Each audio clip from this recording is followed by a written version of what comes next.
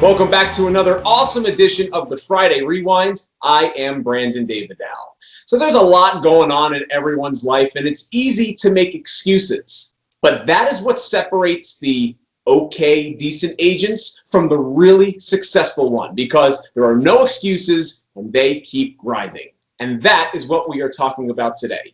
Joining us on the Friday Rewind, you see him every week on here. That is Sal Carola, broker and owner of ReMax Elite in the Brooklyn and Staten Island area. And joining us on the Friday Rewind today is Stefano Diomede. He is a agent with ReMax Elite as well. Gentlemen, it is great to see the both of you on the Friday Rewind. Stefano, we're going to begin with you. Talk to us about in the day in the life of what people, if they're looking out from the outside in, just how crazy things are for you in your world. I guess, I'm used to it, so it's not really too crazy for me. But I have another job, and I work overnight. Start at 11, get off around 8, and then pretty much I go. I do 1 hour of called the hour of power at the gym, just working out for 1 hour. Then shoot over into the office, and I start my day. Showings. Listing presentations, whatever it is that I'm doing for that day, making phone calls. I probably stay in the office till about 5, work until 5. But the days usually go till 7 o'clock, and then from there just get ready for to start my other job again. You got to tell people what your other job is. You're not stocking shelves at Walmart here. No, I'm currently an active police officer with NYPD. So how many hours of sleep do you actually get in between both jobs? Well, I don't know. It varies. Like 3, 4, maybe 5? Usual, yeah. I guess the usual would be 3 or 4. Okay. Well, you don't look tired, so that's good. Sal, let's talk about you. Let's rewind a little bit in your career when you were also a police officer and juggling the life of trying to build your real estate career. How important was time management in order to be able to be successful at both? Yeah, time management, it is probably the most crucial thing to achieve and to master when you are working another job and you're a realtor at the same time. So I was an NYPD sergeant when I became a realtor, and my biggest challenge was always time management. My career as a realtor kind of exploded very quickly, but the obstacle was how do I manage all the clients, all the deals I have while I'm at the police department working that job. And obviously the police department is a little bit flexible at times, so you could have time, some quiet moments to pick up the phone and do some work, but you also have to take advantage of when you are not working, when you don't have the uniform on. That means when you're working as a realtor, realtor time, you have to be dedicated. You have to be laser focused.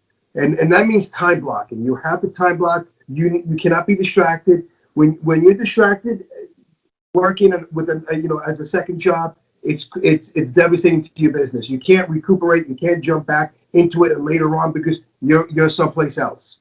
So you have to be very, very disciplined. You need to know when you're doing your lead generation, when you're doing your follow-ups, when you're going to be making those appointments. You need to know it ahead of time. You have to basically plan out your week on Sunday for the rest of the week, and you have to stick to it. So it's very, very difficult, and you have to be very, very disciplined. And Stefano, without a doubt, has reached that point of being disciplined because the amount of business that he's producing as a realtor while being a police officer, I know exactly what he's going through. I don't envy it, but he's doing a great, great job at it.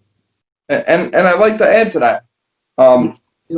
Just because anything can happen at work, I have to have a backup plan pretty much every single day. If I'm scheduling 8 showings or whatever it is, I don't want to cancel them. So I have to have my team members know about it. Like, hey, if something happens, one of you has to jump in. So it's like I need a backup also just in case anything. So I don't want to change schedule or anything because something happened and it messes up, other people's lives, the buyers, the sellers. I don't want, my problems to, to impede their situation. Stefano, I want to follow up on that. Sal touched on the importance of time management, being able to put that together.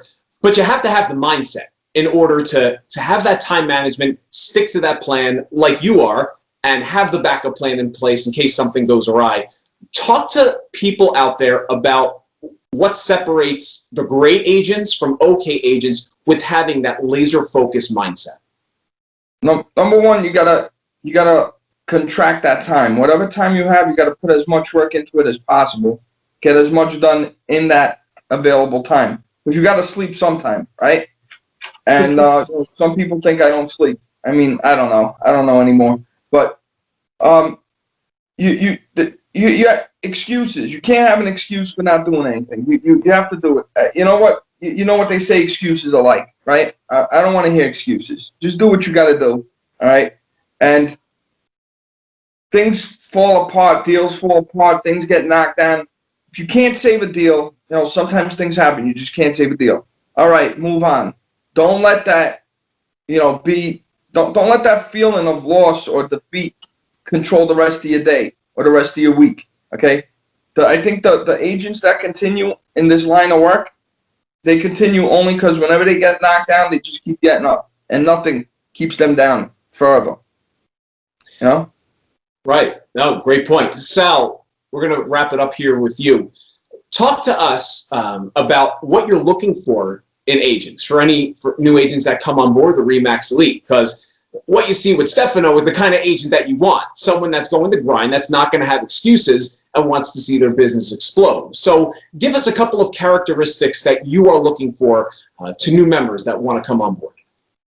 Well, okay. I mean, we need to find agents that have that discipline to create a schedule for themselves, not for the day to take over, for them to take the day over. I should say slate a day. Make sure you know what you're doing, have a plan, stick with it, and and just grind it every day.